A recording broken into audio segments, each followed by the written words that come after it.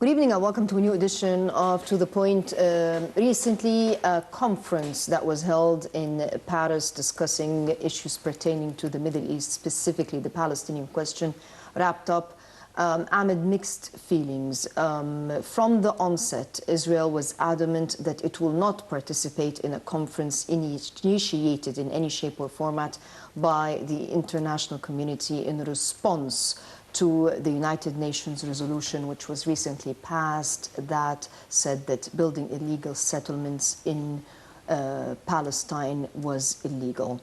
The question that raises itself at this juncture, if we're to hold a conference, any conference that's supposed to bridge the gap between the Palestinians and the Israelis to reach a two-state solution, is the environment conducive without one of the participants? We raised this question a number of times before even the conference was initiated or took place. Now with the distinguished panel, we'll be shedding light on the outcome. Is there a success factor or not? This evening with us in the studio is Dr. Sherif Amir, who is a professor of international relations at Paris University. A pleasure to have you with us as usual. With us also this evening is Mr. Motassem Shawwa, who is a Palestinian political researcher. A pleasure to have you with us. And maybe, Mr. Shawwa, I'll start with you. And I won't say because the question is yours, because this is really an Arab question, and without it, as we've said numerously, peace will not prevail in this part of the world. And how do you feel about the conference? Do you think a conference supposedly to bridge the gap between the two sides, one of the sides, it refused to attend because it thinks that the issue should be restricted to negotiations, direct negotiations between Palestinians and Israelis? Was it a success? Was it a failure? What was achieved from this conference? Actually, we hope that peace will prevail one day. We hope this day is very soon. Convening this international conference in the Middle East, according to the French initiative, is very important. And actually, it's an opportunity to put the Palestinian issue again on the international agenda. The joint declaration of this international conference actually reiterated and re-emphasized on the international will or international vision for achieving the Middle East peace through the two-state solution, and re-emphasized that the two parties should state and restate their commitment to this two-state solution, and that this is the only way to achieve a just, lasting and comprehensive peace in the Middle East. Actually, it's important that the conference underscored the importance of the Arab Peace Initiative as a comprehensive framework to achieve the peace and to end the Arab-Israeli conflict, and that it contributes to the security and stability of the region. Also, it's important that this conference and the participants in the conference, 70 participants and 5 regional and international organizations, re-emphasize that in order to achieve this peace, that the actually emphasized on the legitimate rights of the Palestinian people to establish their own independent sovereign state on the 1967 borders, and actually re-emphasized also that in order to find and to resolve the permanent status issues, that it should be based on the Security Council resolutions 242 and 338 and the other relevant Security Council resolutions. So these are the legal references that in order to bear in mind that for any future negotiations, all the outcome should be based on the international law, the principles of international law, and the international legitimacy resolutions, the United Nations General Assembly and Security Council resolutions. Dr. Amir, how do you see the conference? Should it have been conducted without the Israeli party? Let's say that we are now facing an international new arena, especially in the Middle East or even in Europe, and with the change of the leadership in the European countries and in a few days in the United States of America. So I think that we cannot judge anything now until the new leaderships, starting with France. In April, there will be a new leadership. I think that the stance towards the Middle East will be totally different than we have now. We have in the United States also new, different, extremely different new, leadership in the world. So right now we cannot have the Israelis. Let's say they had this vision about. They didn't attend because they know that now everything will change in the coming weeks. And I prefer one thing, to give it an advice to the Palestinians, that during this time that the world is changing, the Palestinians should emphasize on their unity. Let's go back to 1994 and all the years where there was the peace accords between the Palestinians and the Israelis under the Clinton administration at that time. The force of the Palestinians at that time, that they had one leader, Yasser Arafat, and they had one force, and they had one objective, and they realized something. But until now, the Palestinian house is divided. And I think that this is the time that they try, and this is a golden chance for the Palestinians, that the world is changing. They have the time to work in their own unity and own in inner harmony, with the help of nations like Egypt to come together and make one policy at the end. Why I don't like the idea of making so many conferences? Because the Israelis could attend and they could sign a peace treaty. But what if the next day, for example, the militants of Hamas throw rockets on Israel? The Israelis will say, see, we told you. There's something wrong there. And everything will go dead again. So I think that the Palestinians have to work now until there will be a new administration in the United States and in Europe, and especially in France, who's leading all that. We have to know that the mentality of these countries now is to find settlements in the Middle East, enough refugees, enough problems, enough wars. They are prepared to make some pressure on Israel. But on the other hand, they have to have one voice for the Palestinians. And I urge the Palestinians to take this stance as quick as possible. And Egypt is taking this step. There is an important point I have to share it with you, is that in this conference, yes, there were 70 participants, but no leaders.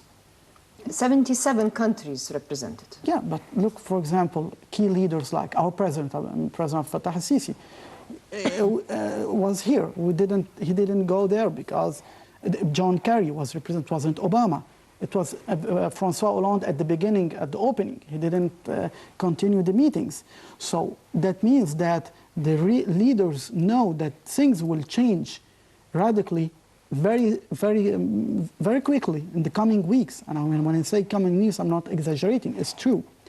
So when you say change radically in favor of the Palestinian question or not?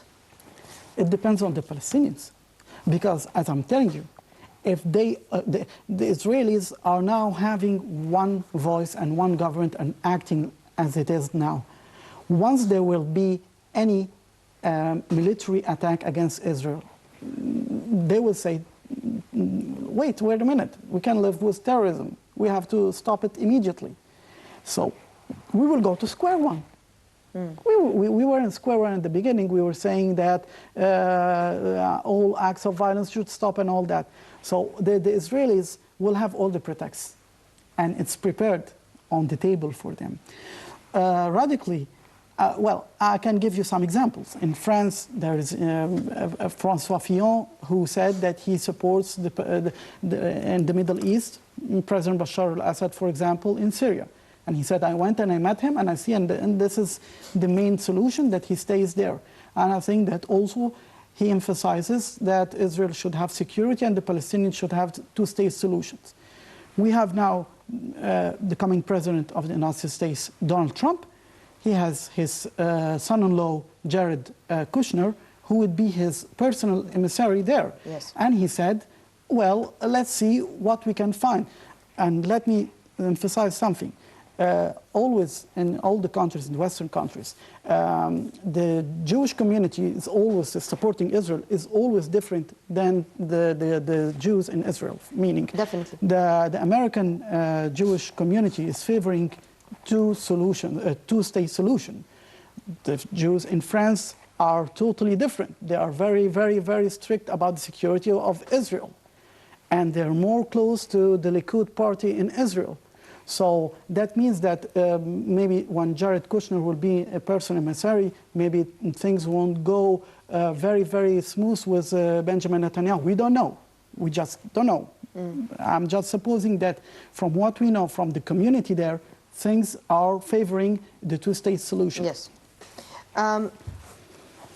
Well, you want to comment? yes, please. Go ahead. Well, actually, I do agree that the Palestinian reconciliation is very important in order to strengthen the Palestinian position generally. But I disagree that the issue is not about the Palestinians related to achieving a peaceful resolution. The thing is basically related to the Israeli occupation, that's occupying the Palestinian and Arab-occupied territories that began in 1967. The insistence of the Israeli leadership not to respond to any of the peace treaties and continuing its violations of the international law, of the international legitimacy resolutions. And also it's the issue of the international community, that the international community must bear responsibility and the Security Council must bear responsibility in order to end the Israeli occupation, in order to achieve and actually accomplish and fulfill the international legitimacy resolutions, especially the Security Council resolutions, and to fulfill these and to find a tool to put pressure on Israel, the occupying power, in order to help the Palestinians restore their legitimate rights, in order to help the Palestinians gain their freedom and achieve their liberty and enable them to live freely on their own homeland and to establish their own homeland according to the international law and international legitimacy resolutions, and to put pressure on Israel. And this is the most important thing, that Israel, since the very beginning of initiating the French initiative to convene an international peace conference, the Israeli leadership responded by refusing and rejecting the idea of holding an international conference. And actually, Israeli Prime Minister called this conference as useless. And actually, the Israeli Prime Minister, it seems that he thinks that not only the international conference is useless, but also he thinks and he expresses this, that he sees and he thinks that the Security Council resolutions are useless, that the international will is useless, that the the other United Nations General Assembly resolutions are useless, that any attempt is useless. There is always an excuse by the Israeli side, and there is always a phase whereby we see some kind of a label. I mean, it was, first of all, it was a land for peace. The Palestinians have to provide them with this safe security haven for them to relinquish land to the Palestinians. After that, we went into a different slogan where we started addressing issues like, well, who do we negotiate with, Hamas or Fatah? The Palestinians have to be united, they have to stop the terrorism, they have to stop this and that. Now we're going to a different phase, now that the international community is starting to say that, well, the Palestinians have the rights,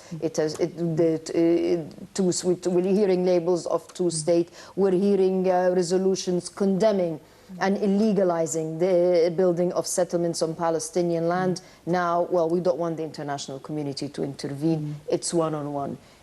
And if this is the case, there will be another different slogan under which we fall under pretext. Has anything changed? Yes, actually, the Israeli claims never ends because Israel is an occupying power. it turns a blind eye to the international law and the international legitimacy resolutions. And have we achieved anything? Yes, actually, we have achieved some achievements, international achievements. The Palestinian leadership, and yes, it supports negotiations, but negotiations should be actually based on legal references. These legal references, we all know that the Security Council resolutions and so forth.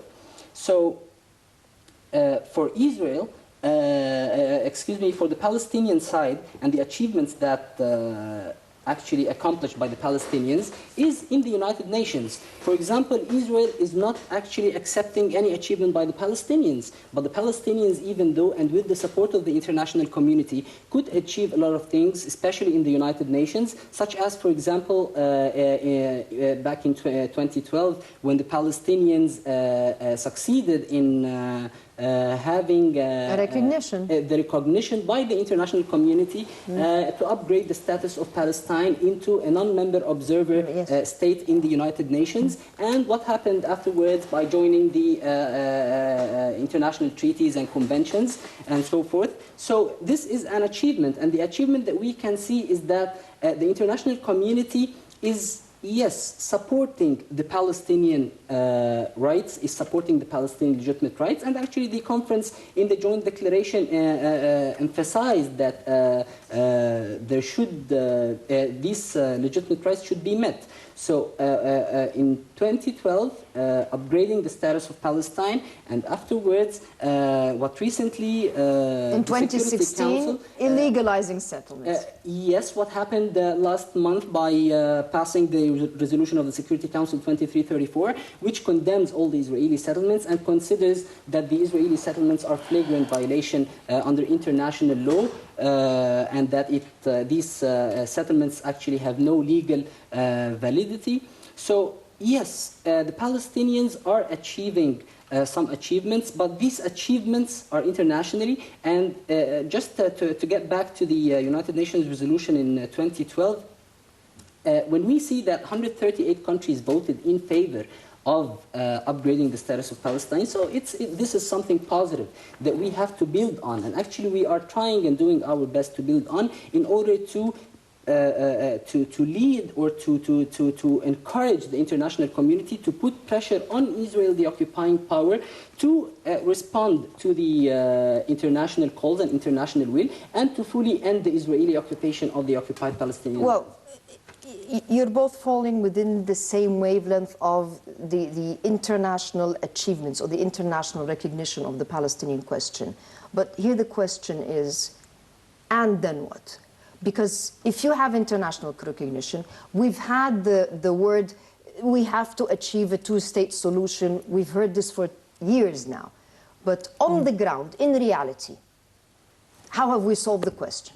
As we talk, settlements are being built. This is the biggest problem, is that the international achievements, as you're talking about, are respected, of course, but still it's talking. It's just talking. We didn't see something concrete on the land. We didn't see something achieved.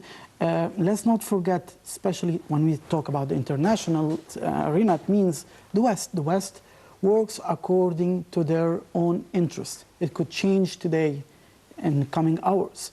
So a destiny of a nation cannot just be built upon just some conferences and recognitions. Take the example of the Jews when they went to Israel, they went to Palestine at that time, 1948. They didn't just take the Balfour Promise and on the piece of paper. They worked. They went there and they worked upon it. So the problem, and they made pressure, they made intensive pressure on all the Western governments to recognize them and to declare Israel as an independent state in 1948. I don't see that these conferences or just the achievement through the mouths of the leaders there, that we support the Palestinian problem, the Palestinian cause.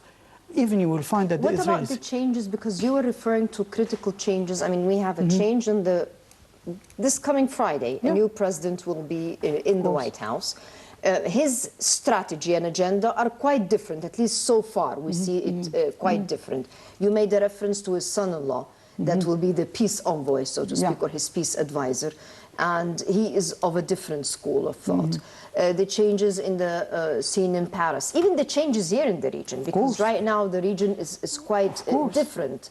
You don't think all this can push the Israeli leadership into recognizing that there is no way out?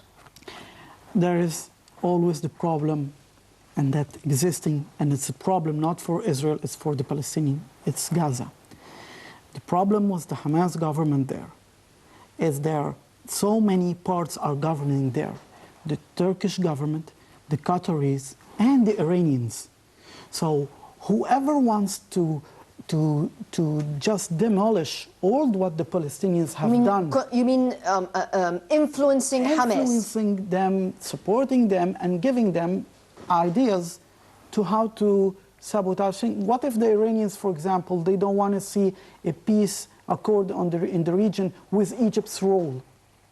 They don't want to see... Where was Hamas during Yasser Arafat's time?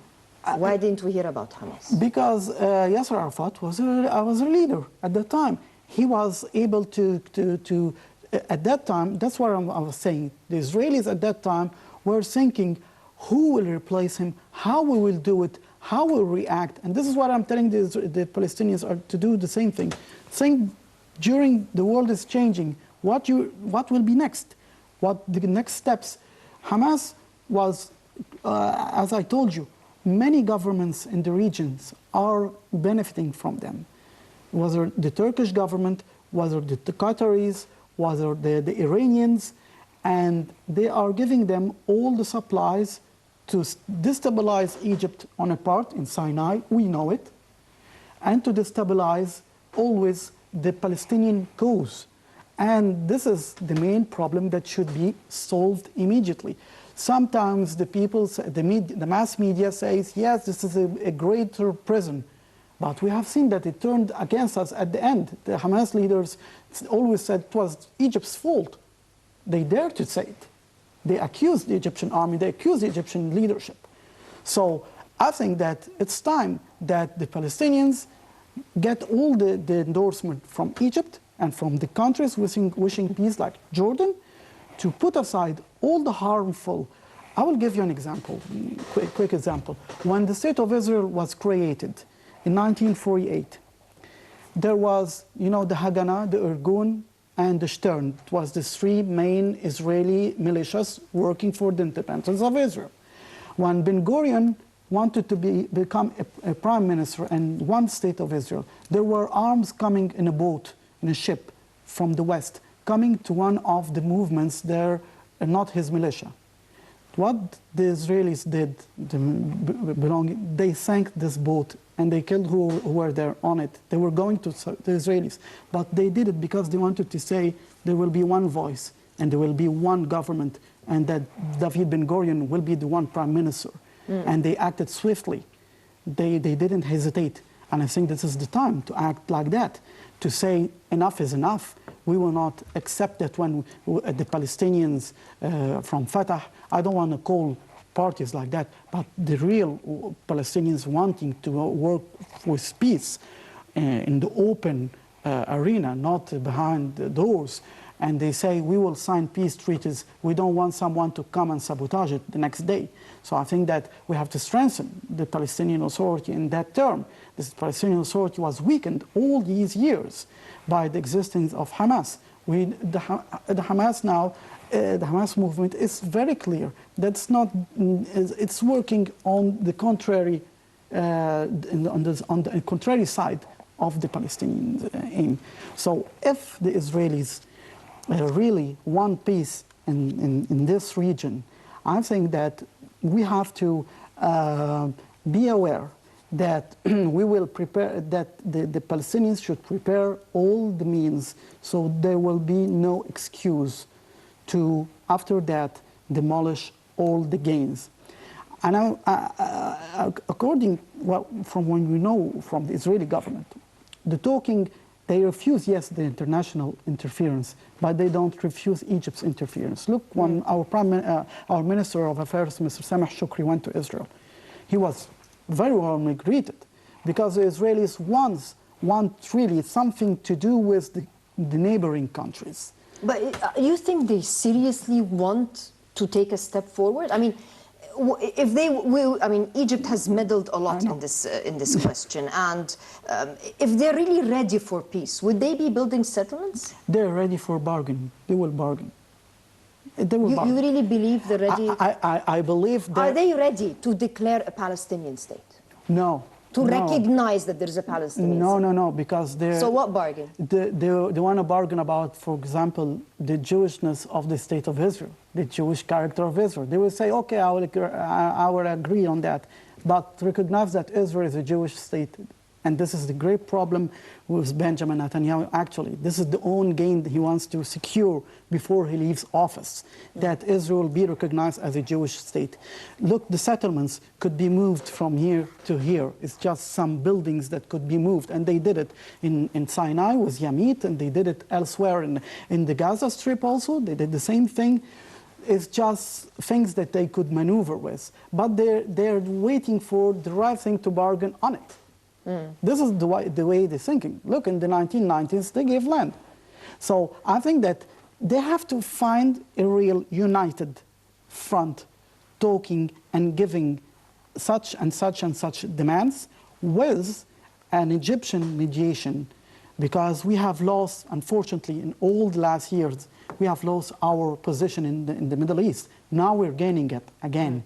And you have seen now, as I told you... But Egypt has meddled. I mean, I agree with you that we ignored a lot of files, and maybe the sad thing is our ignorance or our ignoring of a very critical part, which is the African file, really. In Ethiopia, yes. This is even more critical, but Yep.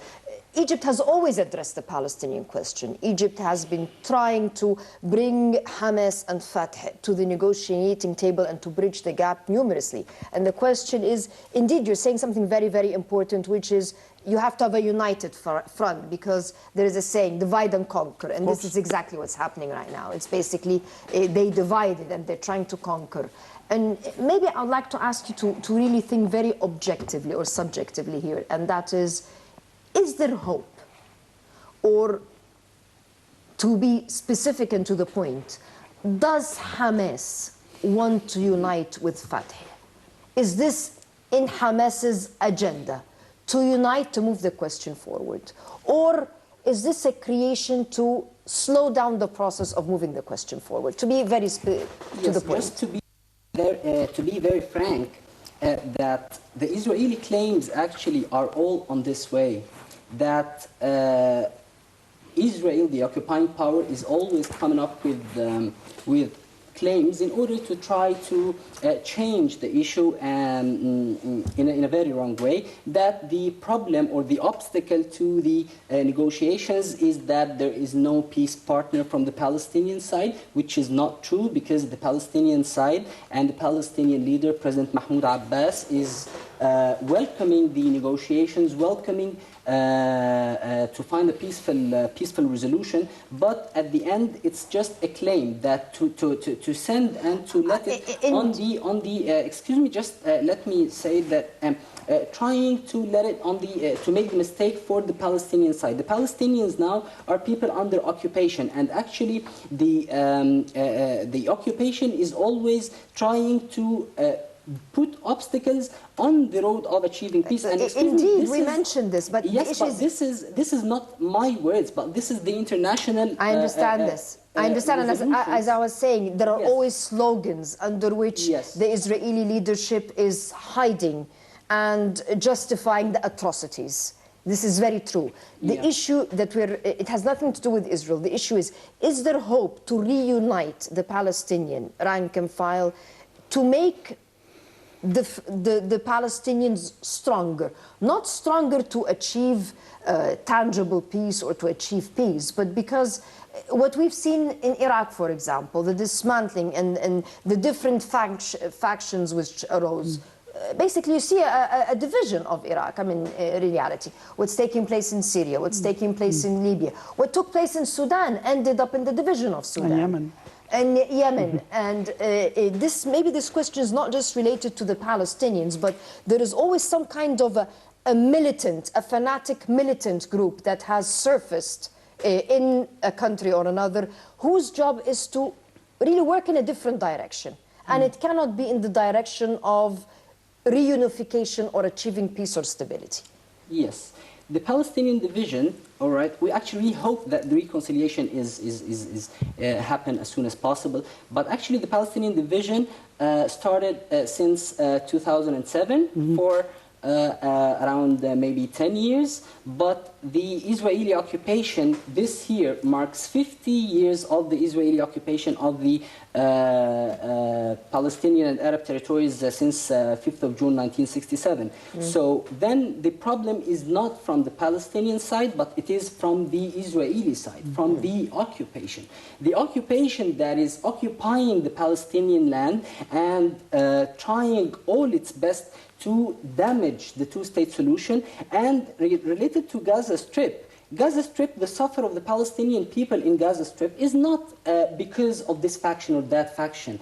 The suffer and pain and the continuous suffer and pain for 10 years since 2007, since Israel, the occupying power, is the one imposing complete blockade on Gaza, on 2 million, more than 2 million Palestinians. They suffer, they lack the basic necessities for existence, for life. And according to the United Nations Organization for Refugees, UNRWA, it says that in the year 2020, the Gaza Strip would be an inhabitant area. It's the most condensed area, and it's lacking all sources of life, lacking freedom of movement, lacking resources, everything.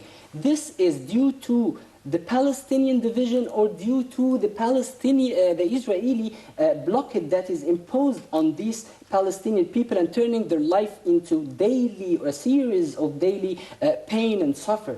So actually, yes, Israel claims that the Palestinians are the reason, are the obstacle of peace.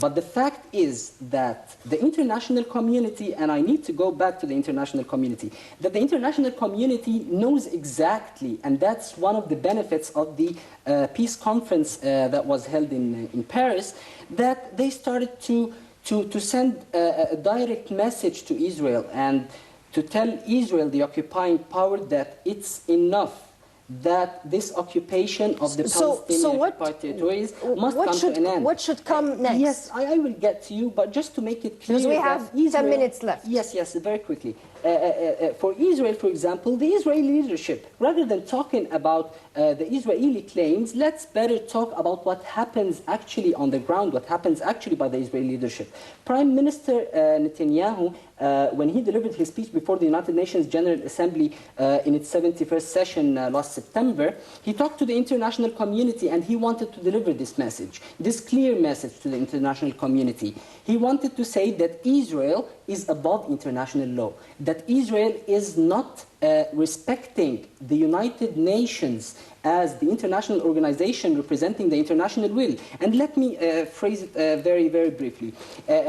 Prime Minister Netanyahu said that the United Nations was in the past a moral force, but now, and what he considers as a biased majority against Israel because of the resolutions that passed. Now it has become a moral farce. This is before the United Nations. Netanyahu's statements are nothing new, because I really have to get into just the follow-up, because we have a few minutes left. All right, the final thing that he called the United Nations, the UNESCO, he called it a circus before the international community. Netanyahu's statements are no news, and he's not a peace partner. What do we do? What's important now is that the countries that have not yet recognized the state of Palestine should recognize the state of Palestine. France, we hope that it recognizes the state of Palestine. The parliaments, the European Parliament has started, actually around 11 different European parliaments started to ask their governments and recommend their governments to recognize the state of Palestine. So it's time for the governments to respond to their people's choice and to the international will's choice, and to join the other countries that already recognized. 137 countries recognize the state of Palestine. So this is very important in the Will next, this conference do this? Will this conference push, since it's an international forum? Yes, actually, we hope that the countries will start to recognize, the countries that have not yet recognized, and to keep supporting the Palestinians in order to restore their legitimate rights and establish their independent state, in order to what you have just said related to the security of Israel. Its security is threatened, but the fact is that the two-state solution and establishing the independent state of Palestine, according to the joint declaration, that achieving this two-state solution and establishing the independent state of Palestine, and responding that Israel, when it responds to the Arab Peace Initiative, it will actually reach the level of security that it desires or it claims that is already threatened. Dr. Amir, do you think that this conference can push others to recognize Israel, other countries to recognize Israel, to recognize Palestine? No, I'm telling the truth. I'm not pessimistic about it, because I think that, I repeat, things will change very quickly in the region. Don't try to convince me that when the Syrian file, for example, will be settled, things will be the same as today. Things will radically change. We didn't talk today about the Russians. The Russians are eager to help the Palestinians, and what they have did in Moscow, is reuniting Hamas and Fatah again, because they know this is the problem. And I have a little remark about the way of communication. Yes, what you're saying always about Prime Minister Netanyahu and all that, it's well known from the communication of the Palestinians. But when you say about the blockade, we heard this in the mass media, we heard this everywhere. And then the Palestinians in Gaza, or Hamas, said we're making tunnels because we want to help ourselves. And what we got after that is Tanzim Bayt al-Maqdis, the organization of Bayt al-Maqdis in Sinai. Ansar Bayt al-Maqdis. Yes, Ansar Bayt al-Maqdis. And then we had infiltration by the Hamas. And the Egyptian army had to stop the tunnels. We had to stop infiltrations. Well, there are borders. Tunnels are illegal channels. Exactly. There is no acceptance of anything illegal, because if anything doesn't fly above ground, then it's illegal. Exactly. So the stance of saying that always there's the blockade, we had to close many times the Rafah borders, because we saw that some elements from the jihadi elements came from Gaza and killed our own soldiers. They didn't point their guns towards the Israelis. And this is the main problem that I'm telling the Palestinians to do. Act quickly to resolve this problem. It is killing the process. And no one, you could have all the recognition in the world today, but one missile that will be struck on Israel, the next day you will find the whole community against the Palestinians. Why? Because Hamas got an order from Ankara, or got it from Doha, or got it from Tehran. And this is the main problem. They have to get the orders from Ramallah, from the executive core, which is President Abbas. Will they listen to Ramallah? They don't have the intention. Were they designed to listen to Ramallah? Never. They will never listen to Ramallah. The people who pointed their guns towards Egypt, the main protector of the Palestinian cause, you can never trust them again. Because we have done many things since President Abdel Nasser till today for aiding the Palestinians, and they didn't spare anything to harm us. So I'm telling the Palestinians, try to solve this problem. For the blockade, the Israelis are doing it. Okay, we know you're enemies, but still, what about the side from Egypt? Do you see Hamas as the military wing of the terrorist brotherhood? Of course. It's the Brotherhood did not have an agenda of when they were in power here, an agenda to unite the Egyptian rank and file or to progress with Egypt or whatever. They had an agenda of even dismantling this country because their ideology is quite different, and different countries are setting their agenda for the time being. If Hamas is the military wing of the Brotherhood, why should they work towards the a comprehensive settlement of the Palestinian question? Why should they work with Fatah, for example? Because we haven't seen any part of the Brotherhood or any entity of the Brotherhood within any country that is really working with the government, the legitimate government of that country to stabilize or to unite that country. Why should Hamas be any Because Hamas won't act in this accordance. In the chart of Hamas, they say that they are part of the Muslim Brotherhood, and their slogan is like that. The second point is that the Hamas movement is financed from outside and from countries who are intending to create more problems in this region. Remember something that our President Abdel Fattah al-Sisi said it once before he was elected president, and he said when he met Khairat al-Shatar at that time, was a leader of the Muslim Brotherhood, and when he threatened, he was at that time Minister of Defense, he told him, if you will do something against us, we have militants, he said, from everywhere, and he said, and from Gaza. They will come into Egypt. And we have seen some in Rabah. So they are, yes, their branch. Don't forget that Morsi and the Brotherhood had the plans, and it was settled for 2016 that Sinai, part of it, would be a Palestinian statehood. This is very important and still on the agenda. And Barack Obama, till the last day, he will work on it. That's why a few days ago... Well, he only has like a few hours left. This is the most dangerous hours, you know. That's why a few weeks ago, we had martyrs from our military armed forces there, because they're doing everything to weaken Egypt's authority in Al-Arish and in all these parts. And all that was the accord of Hamas. So Hamas is harming everyone, everywhere. Okay, you each have 2 minutes to wrap up. Yes, well as I believe that this episode is about the peace process and the impact on the peace process. So just to put it clear is that the PLO, the Palestinian Liberation Organization, is the only and legal representative of the Palestinian people. So this is the fact that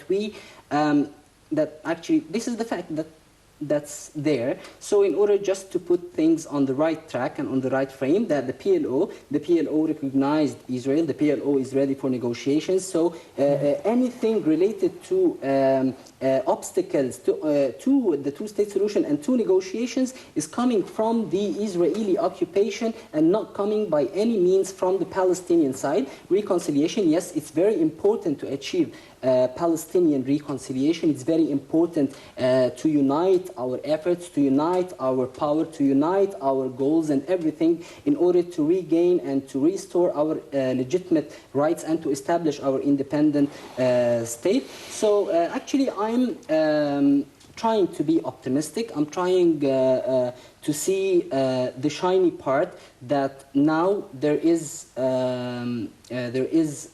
agreement, there is a kind an international of momentum, more support to the Palestinian issue, and we accept that in the coming days and maybe in the coming months more countries will recognize the Palestinian state, more countries will support the Palestinians' right to establish their own independent state on their own lands with sovereignty and with East Jerusalem as its capital. That's what we hope to be achieved soon. Will the support, can it come in terms of sanctions against Israel?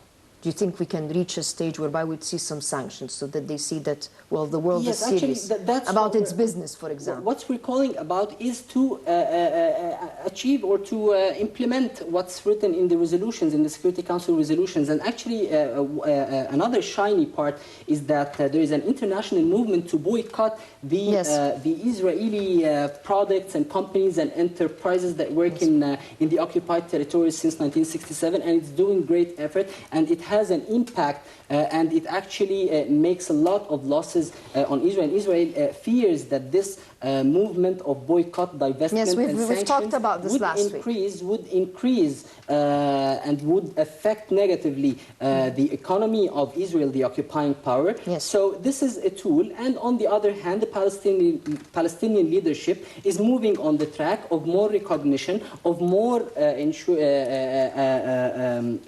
emphasis on the legal Palestinian rights, and hopefully now we have the status of a non-member observer status, and hopefully very soon we will try again to go to the United Nations, and we call upon the international community to support the Palestinian bid to join the United Nations as a full member state in order to be an effective part of the international community, and hopefully to reach the enduring peace in the Middle East based on the two-state solution and establishing the Palestinian state. That's what we hope. Dr. Amir, your wrapping statement. I will be more different in my conclusion. I don't call it reconciliation. I call it show of force. When Hamas went in 2006 there, they killed all members there and threw them from above the buildings. I'm not talking about internal strife.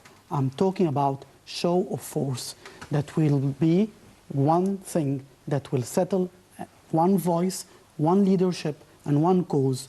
You cannot go in both directions. Well, there is one leadership. Yes, just on the ground. Because when we have the brotherhood or any terrorist acts, we still have one leadership, but you have people that are trying to shake the... We didn't give them the What we opportunity. care about is Palestinians, what we care about is Palestinians, is achieving the reconciliation, and we believe, and actually just... we didn't let them, we didn't let the brotherhood... have no enemy, but... You can let me finish, the please. occupying power till the moment as it's waging... Can we give him... This is his point of view. Yeah, that's my point of view. This is his point of view. Let us give him a chance to state it because I really need to wrap up. I'm saying what I'm talking about now, it's very clear. Yes, you said we have different actors, but we never let them control territories. We will never let them do so. With the hour we're talking now, our special forces are acting in Arish, having mortars, and they're doing everything. Almost on a daily basis. Because they want to control a territory as they did in Gaza, and as they try to do it in Rafah. They want to do it again with us in Arish. We will not do it. So this is what I'm saying. On the ground, you could have many voices, but on the ground, one police force, one military force. If you want two-state solution, you have one president who is having one people, not a faction that is working. You could have all, I repeat it, you could have all the recognition from the world, and in 24 hours it will be demolished by a single missile in Sderot or any part of Israel, and it will destroy everything. So it's too bad. Actually, everything is demolished by Israel, the occupying power. Well, gentlemen, thank you very much for your fruitful input. I'd like to thank you, the viewers, and we'll see you same time next week. Until then, good night.